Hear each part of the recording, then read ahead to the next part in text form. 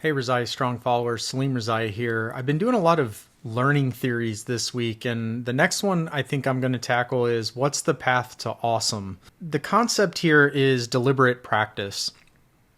I can think of millions of examples of how to apply this, but I want to just kind of go through the theory first. So imagine on the left-hand side of this graph is your performance, right? Poor, average, very good, excellent. And then practice, the number of reps that you do.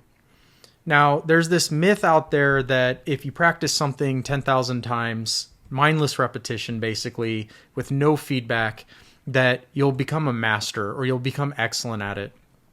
And the reality is that without feedback, if you learn to do something wrong and you practice it 10,000 times, yeah, you get really good at doing it wrong, but it doesn't get you to excellent.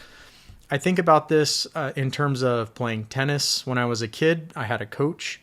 I think of this in terms of woodwork and learning how to use the different tools. I have a teacher. I think of this in my mental and emotional realms, having a therapist that kind of works me through it. And then I think about this in terms of like classes at school and having a teacher that kind of helps us. So there's all kinds of role models and people that can give us that feedback.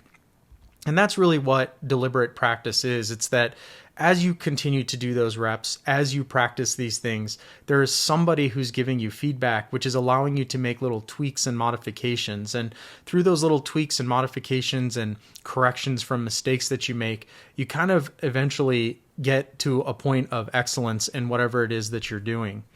Now, something that a lot of us kind of fall into, and I'm guilty of this as well, is that we get to this stall point where we are getting feedback initially, we get kind of good at it, and then we kind of like fall off. We stop getting feedback, we stop getting mentorship, we stop getting teaching, coaching, whatever it is, and then we kind of hit this stall point. And in some cases, if we're not continuing to practice, it's not just a straight line across, it actually kind of starts coming back down to the level of just doing mindless repetition. So there you have it. If you want to get really good at something, the key is feedback, and that is deliberate practice.